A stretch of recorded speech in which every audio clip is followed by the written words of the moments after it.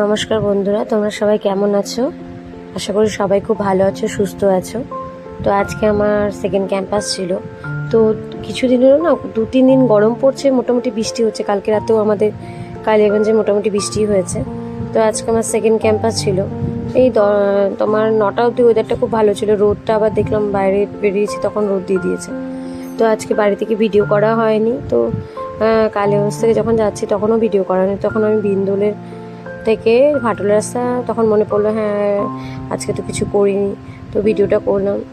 তো এই তো যাই হোক, চলে এসেছি। তো তারপরে এই দুপুরবেলা লাঞ্চ সেরে নিলাম।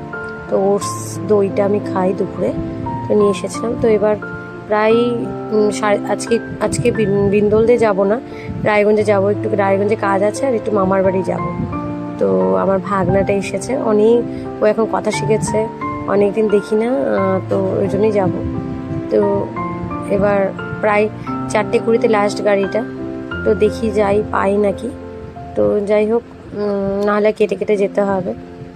তো এবার বেরিয়ে পড়লাম, প্রায় এখন 4:30 হয়ে গেছে।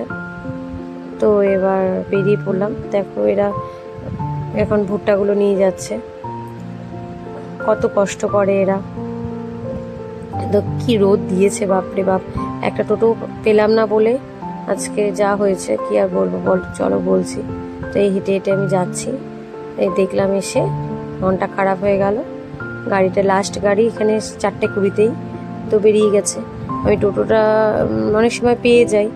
তো আমার মানে তোমার কলেজ থেকে এই স্ট্যান্ডে আসতে মোটামুটি 10 মিনিট লাগে হেঁটে, আর টোটোতে 5 মিনিট লেগে যায়। তো কি আর করা যাবে, মনটাই খারাপ। আবার কেটে কেটে ধরো এখান থেকে এখন আমি যাব নাগর থেকে আবার রায়গঞ্জের গাড়ি ধরবো। ধরো রায়গঞ্জে যাব বলে রায়গঞ্জের গাড়িতে চলে যাব। আবার যদি বাড়ি যেতাম আবার কালিয়াগঞ্জের গাড়ি, মানে 3টে গাড়ি আমাকে চেঞ্জ করতে হয়। তো এবার ওই টোটোগুলোতেই যেতে হবে। টোটোও যায়, কিন্তু এখন অটো যাবে। তো এবার ধরো সবাই চলে গেছে গাড়িতে, আর তো কেউ নেই প্যাসেঞ্জার। তো প্রায় আমাকে 15 মিনিটের বেশি, 20 মিনিটের মতন বসিয়ে রাখলো। মোটামুটি বসিয়ে থেকে তারপরে এলাম। এসে নাগর মোড়ে এসে নাগর ব্রিজটা, যার শিরুরির রাস্তাতেই রাস্তাটা। তো এবার তোমার হচ্ছে এই তো তোমার তারপরে ওখান থেকে বাসে উঠে গেছিলাম, উঠে চলে এলাম এই মোহনবাটির ওখানে নেমেছিলাম। নেমে এখানে একটা না ভেজ, অনেকেই হয়তো খাও রায়গঞ্জে, ভেজ মোমোর দোকান আছে, পিওর ভেজ। আর খিদেও পেয়ে গেছিলো, আর মার জন্য নিলাম, বিশেষ করে মার জন্যই মোমোটা নিয়ে যাব বাড়িতে। এত টেস্টি না। আর এই জায়গাটা নেমেছে দেখি এখানে এখনও দোকানগুলো খোলেনি। তো ভাগনাটার জন্য, 2টো ভাগনা আছে, তো ওদের জন্য একটু চকলেট নিলাম আর একটু ঠান্ডা নিলাম, আর কিছুই নিতে পারিনি। তো নিয়ে এবার মাঝে আমার একটু কাজও ছিল, কাজটাও করে নিয়েছি। তো এবার ওই ওয়া বাজারটা অনেকেই চেনো, ওই যে কেটুটা। তো ওই রাস্তারই পেছনে যে ফ্ল্যাটগুলো আছে ওই দিক দিয়ে গলিগুলোতেই আমার মামাবাড়ি পাড়াটা। এই পুরো পাড়াটাই আমার মামাবাড়ি পাড়া, অনেকেই চেনো হয়তো মিলন পাড়াটা।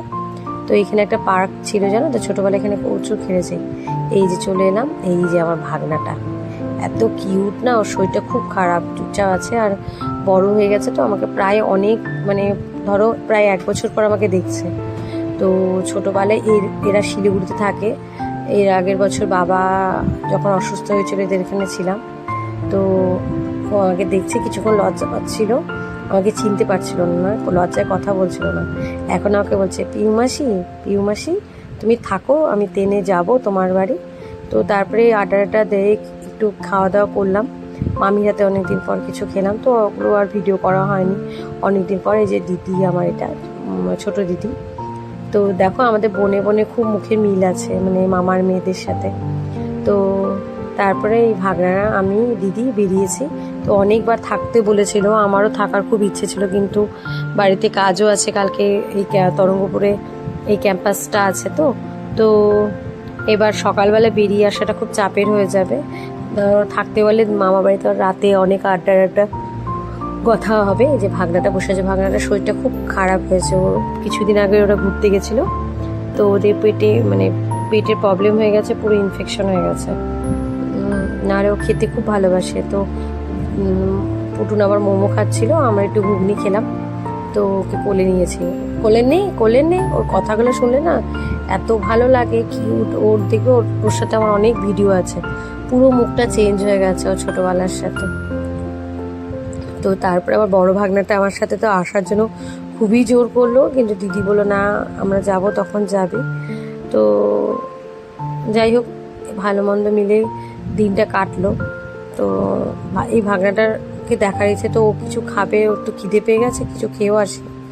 তো এগুলো তো খেতে দেবে না, তাই একটা মিষ্টির দোকানে ঢুকেছি। তো মিষ্টির দোকান ঢুকে ওকে একটু মিষ্টি খাওয়ালাম, আমরাও একটা করে মিষ্টি খেয়েছিলাম।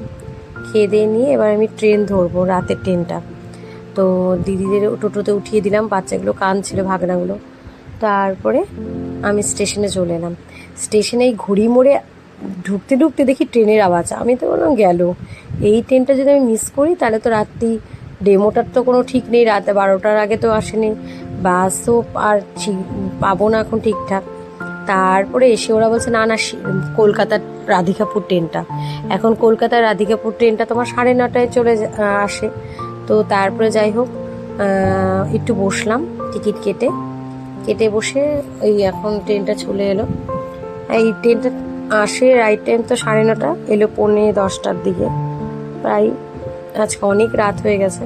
তো ট্রেনটা এলো, বসে গেলাম। তো এইভাবে আর কি। এই যে রায়গঞ্জ স্টেশনটা প্রচুর কাজ চলছে, প্রচুর চেঞ্জ হয়ে গেছে গো। আর মোটামুটি 3-4-5 মাস পর স্টেশনগুলো এত সুন্দর লাগবে না দেখতে, খুবই সুন্দর লাগবে, খুবই ভালো লাগছে। যাই হোক, এই এত উন্নত হয়েছে, অনেক ট্রেনও পেয়েছি, নতুন নতুন শিলিগুড়ির ট্রেন, অনেক জায়গার ট্রেন। তো মোটামুটি এইভাবে চলেই এলাম কালিয়াগঞ্জ। তো আমাদের কালিয়াগঞ্জেও কাজ চলছে, 2 নম্বর ওই জন্য প্ল্যাটফর্মে ট্রেনগুলো দিচ্ছে সব। 1 নম্বর প্ল্যাটফর্মে তোমার কাজ চলছে। তো নেমে গেলাম, কিন্তু এবার হলো মুশকিলটা হলো টোটোর ঝামেলা। এই রাত্রিবেলা ডবল ভাড়া নেবে তো নেবেই, আবার ওরা প্যাকেজ সিস্টেম নেবে। তো এত ঝামেলার মধ্যে দিয়ে রাত হয়েছে বলে, নাহলে আমি হেঁটেই চলে আসতাম, কিন্তু সেটা সম্ভব না। তো ওখান থেকে আমি বেরিয়ে চলে এলাম। তারপরে একটা টোটো এলো, কিন্তু ভাড়া তো ডবল দিতেই হবে, আর কিছু করারও নেই। প্রায় এখন তোমার মোটামুটি 11:15 বেজেই গেছে রাত্রি। তো মোটামুটি বাড়িতে চলে এলাম।